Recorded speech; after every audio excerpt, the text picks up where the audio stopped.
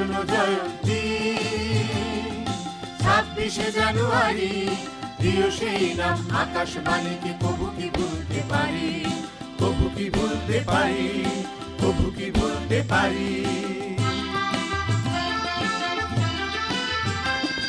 শুরু হয়েছিল বিনোদন দিয়ে অর্ধশতক আগে, আগরতলা আলোড়িত হলো সকলের অনুরাগে, মানুষের সুখে হয়েছে যে প্রতিশোধের অধিকারী, আকাশবাণীর স্বর্ণ জয়ন্তী। 26শে জানুয়ারি সুবর্ণ জয়ন্তী, 26শে জানুয়ারি সুবর্ণ জয়ন্তী।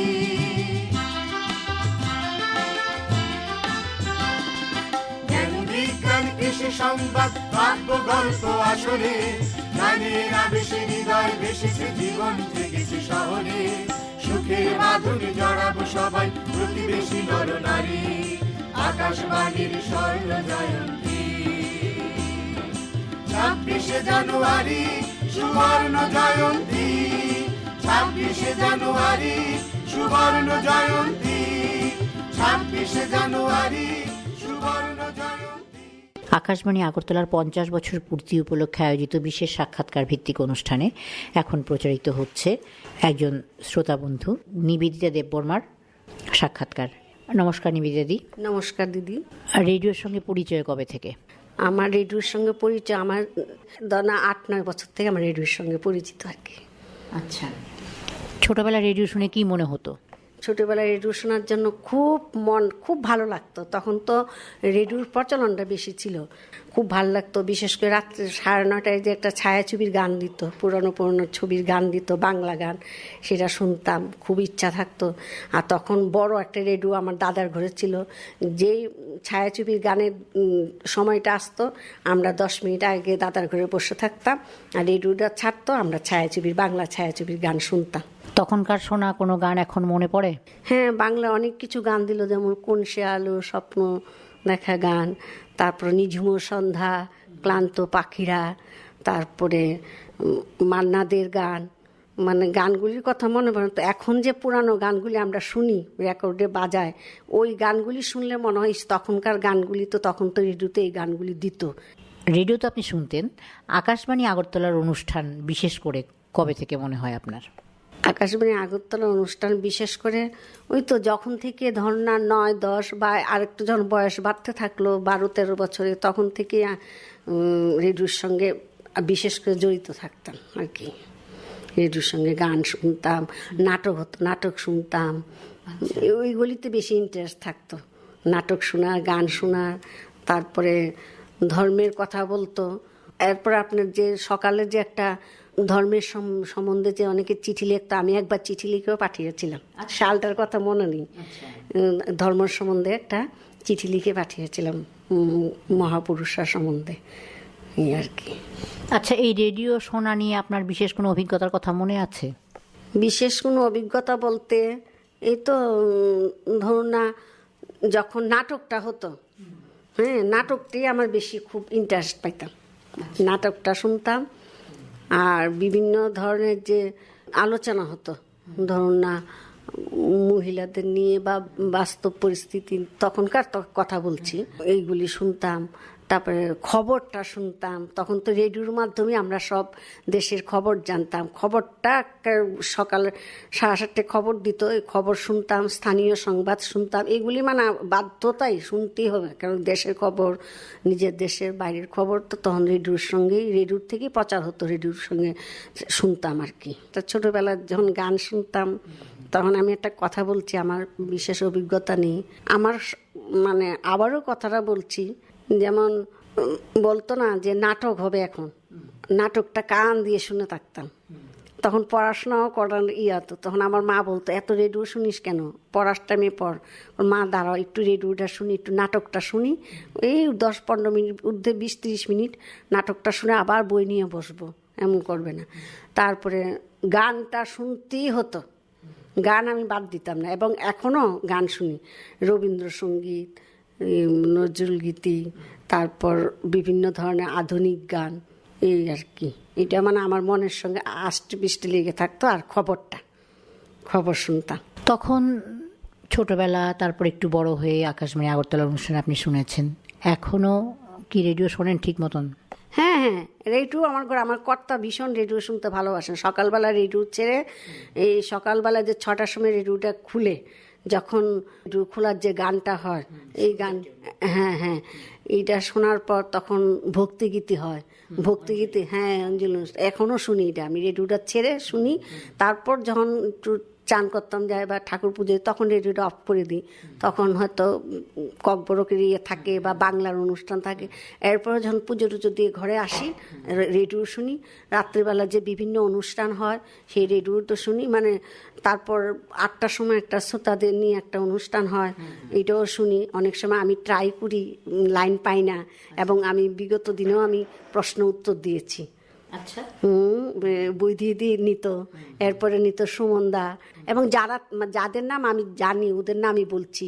মানে রেডিও শুনতে শুনতে দূরের থেকে আকাশবাণীর যে যারা অনুষ্ঠান নিচ্ছেন শ্রোতাদের সঙ্গে প্রশ্ন উত্তর হচ্ছে, ওদের সঙ্গে একটা মনের আন্তরিকতা বেড়ে যায় এই রেডিওর মাধ্যমে। এটা শুনতাম আর কি। আচ্ছা, প্রশ্ন করতো, উত্তর দিতাম। আমার অনেক সময় লাইন পাই না, লাইনটা ডিস্টার্ব থাকে, লাইনটা না পেলেই মনটা কোনো কষ্ট হয়ে যায়, মানে এত ইন্টারেস্ট। যেদিন লাইন পেন সেদিন খুব আনন্দ, তাই না? খুব আনন্দ হয় তখন। হয়তো সময় কম থাকে, মানে কথা বলার সময়টা কম থাকে, হয়তো বা ডিস্টার্ব হয় ওই সময়। তখন তো সবাইকে সময় ঠিকভাবে দেওয়া যায় না। ওই সময়টা যখন চলে যায় তখন মনে হতো আরেকটু যদি বলতে পারতাম, আরেকটু যদি ওই কথাটা বলতে পারতাম, এই কথাটা বলা সঙ্গে যদি এটা একটু যোগ করে দিতাম তাহলে হয়তো ভালো হতো আর কি। আগে আপনার নাটক, গান, আলোচনা এগুলো শুনতে ভালো লাগতো? এই যে শিশুদের নিয়ে যে একটা অনুষ্ঠান হতো কাকুলি, এইটাও খুব ভাল লাগতো। শিশুদের কচি কাঁচা গলাদের, ওদের মাঝে মাঝে নাটক হতো, ওদের গান হতো, এইগুলিও খুব ইন্টারেস্ট ছিল। এগুলির ব্যাপারে এগুলোও শুনতাম, এগুলোও বাদ দিতাম না। এবং এখনও যে রেডিওর মধ্যে বিভিন্ন ইয়েতে হয় শুনি, ভক্তিগীতি, আধুনিক গান এখনও শুনি। দুপুরবেলা বিশেষ করে রোববারের যে অনুষ্ঠানটা থাকে মহিলাদের নিয়ে, অঙ্গনা, এইটাও শুনি। বাড়িতে থাকলে শুনি, আমরা তো বিভিন্ন কাজে থাকি, অনেক সময় বাড়িতে থাকি না, তখন মিস করি যখন, তখন মনটা খারাপ লাগে আর কি। কিন্তু এখন সবচেয়ে ভালো অনুষ্ঠান আপনার কোনটা লাগে? এখন সবচেয়ে ভালো অনুষ্ঠান ওই যে শ্রোতাদের নিয়ে যে প্রশ্ন উত্তর, এটা খুব ভাল লাগে। আর গান যে হয় শ্রোতা সময় পিছু যে গান, রাত্রিবেলা দিয়ে গান হয়। তবে এখন আমার মনে হচ্ছে, যাই না, রবীন্দ্রসঙ্গীতটা হয়তো বা একটু কমে গেছে। রবীন্দ্রসঙ্গীতটা যদি আপনারা, যেমন আধুনিক গানের একটা টাইম থাকে, হিন্দি গান, বাংলা গান 9:30 থাকে। এই যে যদি আমি মনে করি রবীন্দ্রসঙ্গীতটা যদি এমন একটা 9:30 বা যে কোনো একটা আপনাদের টাইম অনুযায়ী যদি করা হয়, তাহলে আমি মনে করি খুব ভালো হয়। মানে আমি আমার নিজের ইয়ের থেকে বলছি আর কি। একজন শ্রোতা হিসেবে আপনি চাইছেন রবীন্দ্রসঙ্গীত একটু বেশি হোক, তাই তো? রবীন্দ্রসঙ্গীত একটু বেশি হোক, নজরুল গীতি একটু বেশি হোক, সে পুরানো গানগুলি যাতে আবার আমরা শুনতে পাই আর কি। এখন তো সত্যি কথা বলতে কি, এখন তো ঘরে ঘরে রেডিও কমেই গেছে, রেডিও শুনেই না। টিভি, কম্পিউটার, তারপরে ওই FM, মোবাইলে এগুলিই শুনছে আমাদের জেনারেশনরা, রেডিও শুনতে চায় না। অনেক সময় আমি রেডিও শুনলে আমাদের ছেলে মেয়েরা বা বাইরের কেউ আসলে রেডিও আবার এখন শুনে না, কেন? এরা অভ্যাস, যার রেডিও শুনতে হয়। রেডিওই তো প্রথম আমাদেরকে সবার সঙ্গে পরিচয় করিয়ে দিয়েছে। তখন তো রেডিওই ছিল, রেডিওতে ভোলা যায় না, পুরানো জিনিস কোনোদিনও ভোলা যায় না, পুরানো গান টান হয়। তো এখন তো কম্পিউটারের যুগে যার জেনারেশনে যে চলে, কিন্তু আমরা যারা এখনো পুরানো আছি, আমরা এখন রেডিওর সঙ্গে জড়িত আছি। বিশেষ করে আমার কর্তা রেডিও নিয়ে খুব ভালোবাসে এবং গানও ভালোবাসে করেন, আমরাও শুনি, আমিও শুনি। আমি তো মিস করিই না, রেডিও শুনতে খুব ভালোবাসি। রেডিও শুনি বলেই তো আপনাদের অনুষ্ঠানটা শুনতে পাই বা কখন কি হয় জানতে পারি, এই আর কি। আমাদের আকাশবাণী আগরতলার 50 বছর পূর্ণ হবে এই বছর 26 তারিখ, 26শে জানুয়ারি। হ্যাঁ, আপনি কিছু বলবেন? 50 বছর পূর্তি, দেখ করে 50টি বছর পেরিয়ে গেল আকাশবাণীর 50 বছর পূর্তি। আকাশবাণী যখন 67-এ মানে ওর জন্ম হলো, তখন আমার 7 বছর চলছিল, এখনো অবধি শুনছি।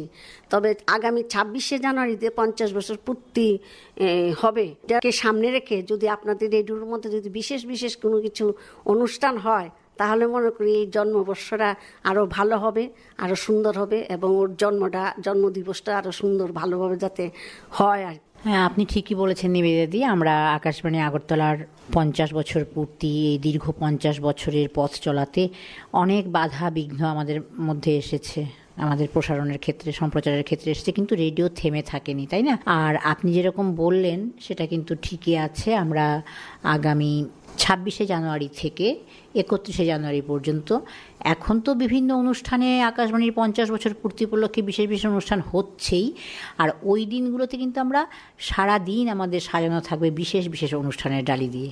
আপনারা অবশ্যই শুনবেন। আরও একটা কথা আপনাদেরকে জানিয়ে রাখি, এখন আমাদেরকে অনেক বন্ধু অভিযোগ করেন বাজারে রেডিও কিনতে পাওয়া যায় না, কোথায় গিয়ে কিনবো। তাদের জন্য বলছি, যারা রেডিও কিনতে চান, যারা সময়ের সঙ্গে তাল মিলিয়ে চলতে চান, তাদেরকে জানাচ্ছি যে ওই 26 থেকে 31 তারিখ পর্যন্ত আমাদের আকাশবাণী আগরতলা প্যালেস কম্পাউন্ডের আকাশবাণী ভবনে সেদিন আমরা বিক্রির জন্য রেডিও রাখবো। এই বিক্রির জন্য যে রেডিওটা রাখবেন, সত্যি মানে আকাশবাণীকে ধন্যবাদ জানাচ্ছি এই বিক্রির জন্য যে রেডিওটা রাখবেন। আর আমরা যখন ঘরে ঘরে রেডিও ছিল, আমার মাও খুব ভালোবাসতেন। মা তো ঘুমানোর সময় রেডিও নিয়ে ঘুমাতো, ছোট্ট রেডিও কিনে দিয়েছিলাম মাকে, রেডিও নিয়ে ঘুমাতো। এবং এখন আমার দিদিও ছিল, হাসিদির কথা বলছি, উনিও ছোট্ট একটা রেডিও আছে, উনিও রেডিও শুনতেন। এবং আমাদের জেঠিমারা, মাসি বা আমার শাশুড়ি মা, উনিও রেডিও শুনতেন, শ্বশুরমশাই উনিও রেডিও শুনতেন, ভালোবাসতেন। মানে রেডিওর যে তখন প্রচার। তবে এর উপলক্ষে যে আপনারা রেডিও বিক্রি করবেন, ঠিক আছে, আমিও এই কথাটা সবার কাছে জানিয়ে দেবো। হয়তো বা আপনারা এটা প্রচার করবেন বা মিডিয়াতে দিবেন, পত্রিকাতে দিবেন, তাহলে প্রচারটা আরও ভালো হবে। যারা এখন বলে যে বর্তমান যুগে রেডিও পাওয়া যায় না, ওদেরও তাহলে নলেজে আসবে যে রেডিও তো বিক্রি হচ্ছে। এই সংবাদটা যাতে যায় আর কি, ভালোভাবে। অনেক ধন্যবাদ নিবেদিতাদি, ভাল লাগলো আপনার সঙ্গে কথা বলে। আর কি কিছু বলবেন? আমি পরিশেষে রেডিওর যে 50 বছর পূর্তি উপলক্ষে যে আপনারা অনুষ্ঠান করবেন এবং সুন্দরভাবে যাতে 50 বছর পূর্তিটা পালন করা হয়, সেটাই আপনাদের কাছে অনুরোধ রাখছি। এবং পরিশেষে সবাইকে, যারা রেডিওর সামনে বসে রেডিও শুনছেন বা আকাশবাণীর ভবনের কর্মচারীদের, আমি নতুন বছরের আমার পরিবার থেকে, আমি নিজের পক্ষ থেকে নতুন বছরের যাতে সবাই সুন্দর, সুস্থ, ভালো থাকে এবং রেডিওর 50 বছর পূর্তিও যাতে সুন্দর হয়, সবাই যাতে আমরা আবার সেই রেডিওর জগতে চলে যেতে পারি, এই আশা আকাঙ্ক্ষা নিয়ে সবাইকে নমস্কার। অনেক ধন্যবাদ নিবেদিতাদি। আকাশবাণী আগরতলার 50 বছর পূর্তি উপলক্ষে আয়োজিত বিশেষ সাক্ষাৎকার ভিত্তিক অনুষ্ঠানে আজ আমরা শুনছিলাম নিবেদিতা দেববর্মনের সাক্ষাৎকার। অনুষ্ঠান এখানেই শেষ হলো। নমস্কার। মানুষের সুখে হয়েছে যে প্রতিশোধের অধিকারী, আকাশবাণীর স্বর্ণ জয়ন্তী। 26শে জানুয়ারি সুবর্ণ জয়ন্তী, 26শে জানুয়ারি সুবর্ণ জয়ন্তী।